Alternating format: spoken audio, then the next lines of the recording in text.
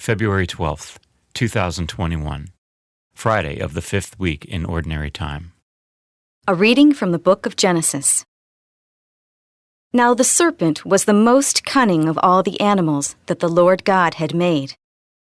The serpent asked the woman, "Did God really tell you not to eat from any of the trees in the garden?" The woman answered the serpent, "We may eat of the fruit of the trees in the garden.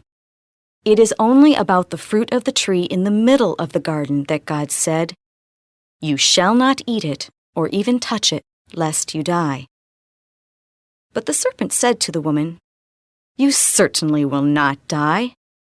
No, God knows well that the moment you eat of it, your eyes will be opened, and you will be like gods, who know what is good and what is evil." The woman saw that the tree was good for food, pleasing to the eyes, and desirable for gaining wisdom. So she took some of its fruit and ate it. And she also gave some to her husband, who was with her, and he ate it. Then the eyes of both of them were opened, and they realized that they were naked.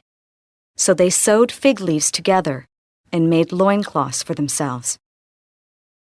When they heard the sound of the Lord God moving about in the garden at the breezy time of the day, the man and his wife hid themselves from the Lord God among the trees of the garden. The word of the Lord. Responsorial Psalm. The response is, "Blessed are those whose sins are forgiven. Blessed is he whose fault is taken away, whose sin is covered. Blessed the man to whom the Lord imputes not guilt, in whose spirit there is no guile. Blessed are those whose sins are forgiven." Then I acknowledged my sin to you. My guilt I covered not.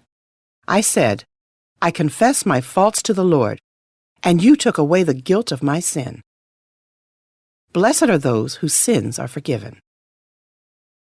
For this shall every faithful man pray to you in time of stress. Though deep waters overflow, they shall not reach him. Blessed are those whose sins are forgiven. You are my shelter. From distress you will preserve me. With glad cries of freedom you will ring me round. Blessed are those whose sins are forgiven. A reading from the Holy Gospel according to Mark. Jesus left the district of Tyre and went by way of Sidon to the Sea of Galilee into the district of the Decapolis. And people brought to him a deaf man who had a speech impediment and begged him to lay his hand on him. He took him off by himself away from the crowd. He put his finger into the man's ears and, spitting, touched his tongue. Then he looked up to heaven and groaned and said to him, "Aphathatha," that is, be opened. And immediately the man's ears were opened. His speech impediment was removed, and he spoke plainly. He ordered them not to tell anyone.